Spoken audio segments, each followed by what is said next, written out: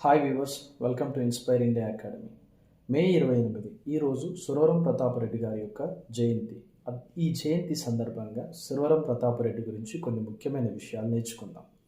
1896వ సంవత్సరంలో మే 28వ తారీఖున ప్రస్తుతం పాలమూరు జిల్లాలో ఉన్నటువంటి బోరవెల్లి అనేటువంటి గ్రామంలో జన్మించారు సురవరం ప్రతాపరెడ్డి గారు.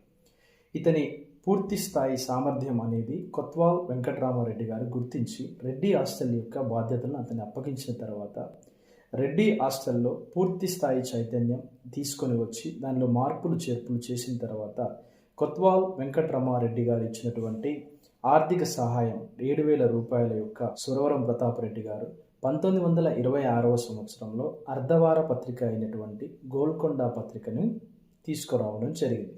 ఈ పత్రిక అనేది ఆ రోజుల్లో తెలంగాణలో మంచి చైతన్యాన్ని, రాజకీయ నైపుణ్యాన్ని కూడా తీసుకొని వచ్చింది.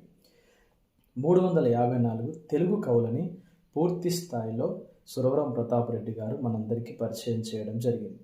దానితో పాటుగా హిందువుల యొక్క పండుగలు ఏ విధంగా ఉంటాయి, హిందువుల పండుగల మీద పెద్ద గ్రంథాన్ని రాయడం జరిగింది.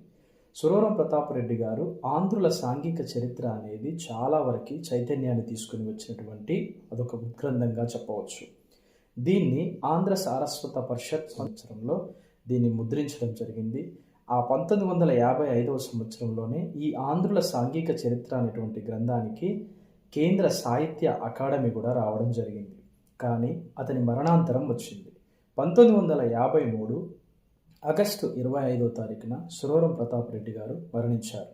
ఇతనితో పాటుగా ఇతను చనిపోతూ ఒక విషయం చెప్పారు. 1952లో మనకి ప్రస్తుతం ఉన్నటువంటి వనపర్తి నుంచి శాసనసభకి పోటీ చేయడం జరిగింది. తన జీవితంలో చేసిన అతిపెద్ద పొరపాటు ఏమిటండి అంటే ఎలక్షన్లో పోటీ చేయడం అనేటువంటి అంశం. ఎన్నికల్లో నేను రాజకీయాలకు పనికిరాను, రాజకీయాలు నాకు అచ్చుబాటు కావు, ఎన్నికల్లోకి వచ్చి చాలా వరకు ఇబ్బంది పడ్డాననేటువంటి విషయం చెప్తూ బాధపడినటువంటి గొప్ప నాయకుడు.